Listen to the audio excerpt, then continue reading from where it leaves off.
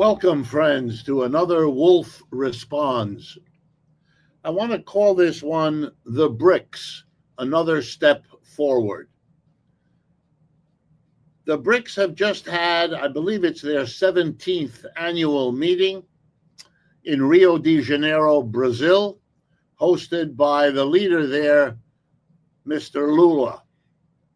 And I want to talk about the significance of this institution, the BRICS. Next year, it will be hosted by Mr. Modi, the leader of India, and I believe it will take place in India. They welcomed a new member, Indonesia. I want to remind people Indonesia has a population of 280 million people, only a little bit smaller than the United States. The BRICS, again, for those who may still not know, Brazil, Russia, India, China, and South Africa. They also have a dozen partner nations that are part of the BRICS and are slowly and steadily being integrated into them. Before I talk about the significance of their meetings and what they've decided to do sooner, some later, I want to also mention a milestone that they achieved just a few weeks ago, when it was announced that they just crossed $1 trillion. That is the value of the trade among members of the BRICS. $1 trillion worth of trade. Why is that important? Well, it's important because that's what the BRICS is about. Doing international trade on their own, out from under the domination of the United States. And that's indeed why the BRICS are important. They are not anti-American, as Mr. Trump casually likes to say. That's really not relevant to them. What they are interested in doing is becoming a part of a world economy that isn't anymore dominated by the US dollar as the global currency, by the US military as a kind of policeman for what trade can or cannot happen, as the source of goods they have to buy, markets they have to sell into, money they have to borrow, investments they have to secure. The United States came out of World War II dominant. All the other potential competitors had been destroyed economically and often also militarily and politically by World War II. And by that I mean Japan, China, Russia, Britain, France, Italy, Germany, Canada, you name it. They could not compete for one reason or another. The United States, king of the hill. Now, of course, any reasonable person with even a minimal grasp of history would have known that these were very special, very odd circumstances, and that the dominance of the United States, the dollar as the global currency, the United States as the producer of all producers, whether it was manufacturing or services or financial instruments, didn't matter. The U.S. dominated. It had the atom bomb. It had the overwhelming military, etc. Anyone with a good sense of history would have known this can't last. The advanced economies like Germany and Japan would come back. Yes, they would take a while, but they had the brain power, they had the institutions. And then there were the countries in Western Europe that had also achieved quite high levels of development. And there were the dark horses, if you like, Russia, China.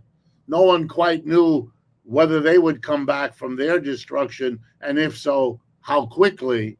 No one imagined what the Russians could do, and no one even had the faintest idea of what the Chinese proved they could do after World War II. Well, Americans were a little naive. They indulged themselves in believing it would last forever. Well, it didn't. And we now know that, but the BRICS is the most organized global manifestation. And that's why it's important to take note of the annual meeting they just had in Rio and the fact that they are bigger than they have ever been before, that they're doing more trade with one another than they ever did before, that they're borrowing money and making investments in one another more than they ever did before. And all of that is happening outside of and out from under the control, the domination of the United States. This is not to be confused with a lot of verbiage about de-dollarization. That's talk that's mostly symbolic. At this point, there isn't a substitute for the US dollar that could be the alternative they go to. They are looking to settle their payments with one another in each other's currencies and working out a way to keep track of all of that.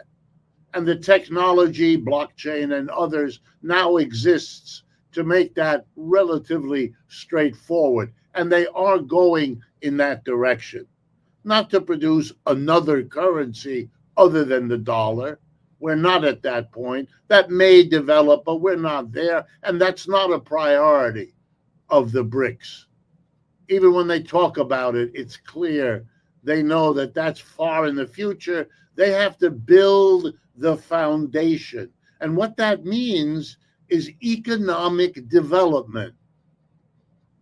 And economic development based on their needs as the priority, not how they fit into a global economy dominated by the United States. That used to be what development meant. If you were a poor country in Asia, Africa, Latin America, and you went to Washington or you went to New York and you needed investment capital or you needed to open a market or you needed to secure supplies, you always got treated by saying, how can this thing you want be consistent with what we here want in New York and Washington? And a compromise was the outcome. You got something for your canal in Nigeria. You got something for your medical system in Paraguay, but you also had to do all of that within the framework of loan agreements that the United States imposed on you, trade agreements, or you had to be sure not to do something that the United States didn't want, because if you did, then they wouldn't be so forthcoming on whatever it is you needed. What the BRICS is about is creating within the world economy a new and different part of it. And that part is the part not subject to the United States' direct or indirect economic, political, and military power. Do they escape from that 100%? No. The United States remains a global force. I mean, there are three major wars in the world today: Ukraine, Gaza, and Iran, and the United States is a central player in every one of them. And before that, we had Afghanistan and Iraq and Vietnam, and I could go on. So the world is not free of the United States and will not be for quite some time. But the relative position of the United States is shrinking. and it has been for 50 years. Only it's going faster now because the institutions are being formed and developed and nurtured as we speak. It is no longer appropriate to talk about the United States being challenged by the economic powerhouse that China has become. That's still true, but it isn't the main story. The BRICS are the main story. China is the key part of that, no question. But the BRICS are much bigger than just China. And they are the new phenomena of the world economy and need to be understood in that way. They are quite different one from the other. They have clashes in their cultures, their religions, their political ambitions, their military capabilities. They have arguments. They will have more of them. They don't all look at the Israeli activity in Gaza in quite the same way, and so on. But whatever those differences, they are carving out a space in the world economy that is a new option for everyone. And I mean everyone, every company working internationally, every business, and every country is rethinking strategy. How do we grow this business? How do we diversify the people we borrow from, the people we sell to, the alliances we as a country make? All of those fundamental decisions about world affairs are being remade as I speak to you.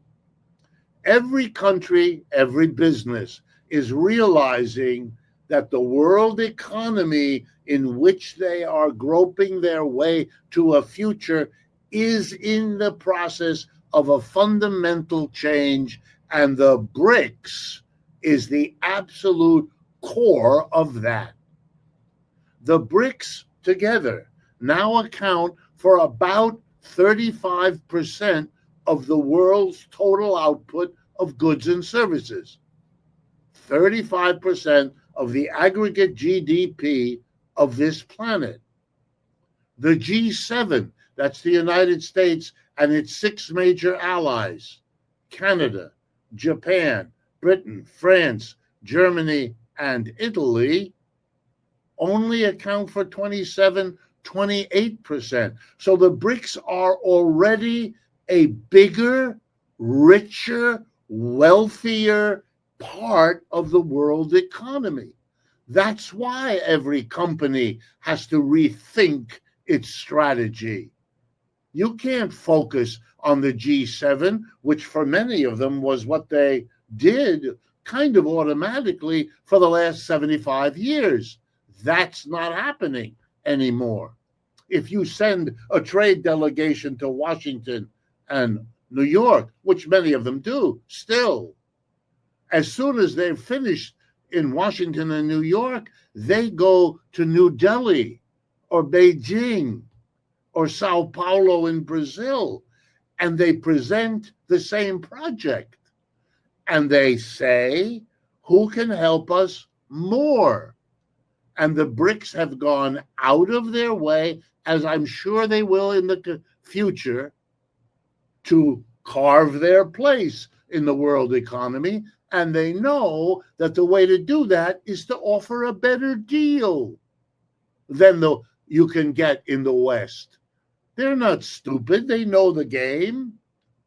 It's just like if a new brand of soda pop is available in your neighborhood, it might offer a cheaper can or a cheaper bottle than the traditional soda pop in order to get you to try it, in order to get you to see that it's good, etc., etc. That's what's going on. Conventional marketing, if you like. But it's now clear that the world is never going to be what it was in the last 75 years. Peculiarly, oddly, anomalously in the history of the world economy dominated by one country. Even the British, in the era of the British Empire, before the American Empire, didn't have the kind of control, never had the 800 military bases that the United States maintained, etc. So in a way, the United States peaked, its empire peaked, and it is now being challenged by somebody who has already surpassed the United States in number of ways. Militarily, you can see it in Ukraine. Economically, you can see it in China. Technologically, you can see that in China too. And I could go on. But that's my point. Pay attention to the BRICS. Don't dismiss them the way Mr. Trump does. That looks like ignorant behavior of someone who wants to bully his way through by pretending none of this is all that important and threatening the BRICS, which Mr. Trump also did. He indeed threatened countries that, quote, align themselves with the BRICS, whatever exactly that means, might be subject to tariffs or who knows what else. Let me conclude by bringing this all home a little closer. I believe for the first time, the meeting of the BRICS in Rio de Janeiro had as one of its participants, I don't think they had the right to vote as full members did, but they were there and welcomed to participate in all the discussions, was the country called Mexico. The chickens are coming home to roost, and we all better pay attention because it's going to affect everything. If interventions like this strike you as useful, please share them. That's why we make these videos with your roommate, with your workmate, with your family, your friends. It's a way of spreading the understanding that these are all devoted to develop. And of course, if you could help us defray some of the financial costs of making and distributing these videos, that would be enormously appreciated as well. Thank you. Welcome, friends, to another Wolff Responds. I call this one Trump's Ugly Tax Law, because I want to show you how ugly that new law is. The very opposite of big and beautiful. It is really a testament to how far and how badly the American system has fallen when it comes to anything remotely like tax fairness. Mr. Trump didn't invest what's going on. He's only the latest with his Republican dominance of the two houses of Congress in pushing through the burden of taxes being shifted yet again from the rich corporations and those individuals they make rich, off of them and onto all the rest of us, the middle class, the working class, the poor, whatever it is you want to call them. And this latest bill does that even worse than before. And that ugliness, because that's what it is, it's ugly to treat people in this way, especially after we've had 40 to 50 years of a massive redistribution of wealth from the bottom and the middle to those at the top. They have no decency there. They have no shame. They're grabbing it all. And this tax law, as I'm going to show you, is another step in this awful, ugly direction. So here we go, and we'll keep it very simple. There are two sources of the taxes that find their way to the federal government. One of them are the taxes paid by businesses, a profits tax. You might think of it as the income tax for business. Their income is called their profit. It's a profits tax. And the other tax is on you and me, on working people. It comes out of our salaries and our wages, directly or indirectly, when we earn them, when we spend them. That varies, but it's not a fundamental difference. The real issue is, excuse me, who pays? Corporations and the rich on the one hand, or all the rest of us, the vast majority, on the other. Now, there was a time in American history, more than once, but most recently, right after World War II, in the 1940s, 50s, 60s, into the 70s, when corporations and the rich were required to pay significant amounts of taxes. Oh, it's not that they hadn't shifted on to us beforehand. They had. No sooner was an income tax passed early in the 20th century than corporations and the rich went to work across the entire last century to shift it. But as late as the 40s, 50s, 60s, and 70s, corporations and the rich paid significant amounts. They don't anymore. It's really important that you understand that. Here's how it went.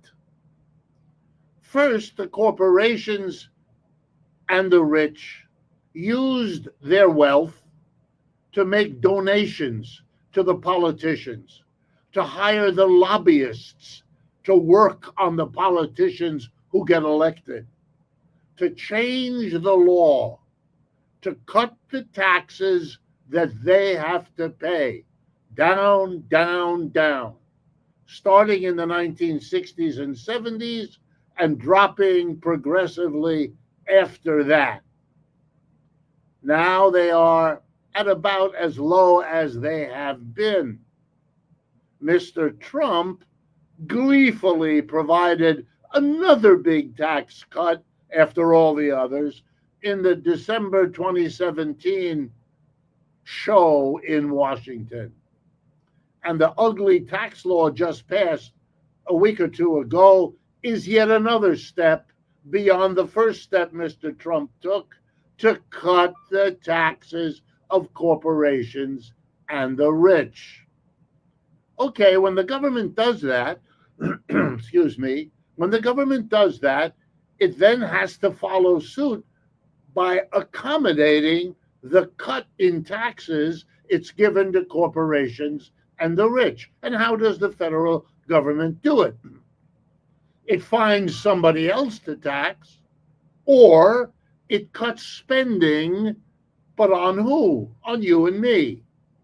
It dare not cut the spending on the corporations and the rich, because that's why corporations and the rich give them all that money to get into office so they don't mess with corporations and the rich.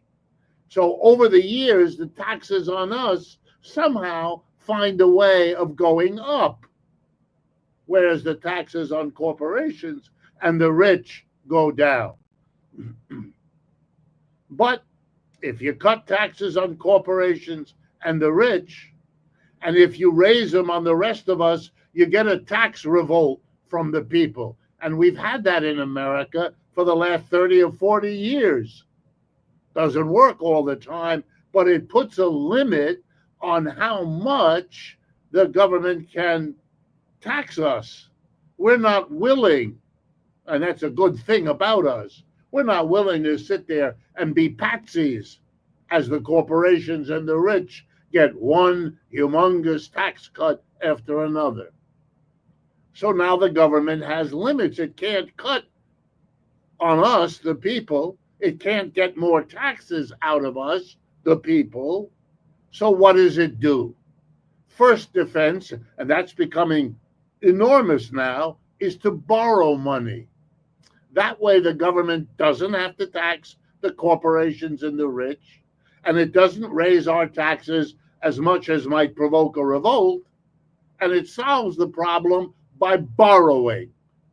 And as I have tried to stress so many times, you can understand high finance when I tell you simply, who do the government borrow from? And the answer is corporations and the rich. Why? Because they don't have to pay taxes and can use the money they were going to pay to the government if they were taxed fairly to instead give the government a loan. If you're rich or a corporation, this is called a no-brainer. Instead of being taxed, the government comes, takes your money, like happens to you and me. No, instead, the government doesn't tax you and instead comes a little later and borrows the money from you, promising to pay it back in a year or 2 or 5, and paying you interest in the meanwhile every year. But now we've reached so bad a point in our economy, in our capitalism gone screwy, that the rich people are now not as willing as they used to be to play this game, to lend money to the over-borrowing federal government. That's why the credit agencies, Standard & Poor, Moody's, and Fitch's, have lowered the credit rating of the United States below AAA, what some other countries get. It's not as safe to lend to the United States. Why? Because it has borrowed so much. And why is that? Because corporations and the rich use their politicians, the ones they donate to and own, to make sure they don't have to pay. And they're happy to borrow, but not so happy now because the government is so deeply in debt that they don't want to lend the way they used to. Now the government is stuck. What is it going to do? And the answer is it's going to find people that the Republican Party doesn't like. And it's going to find a way to tax them. And that's what's interesting about the new big Trump ugly tax law. Let's take a look. The tariff.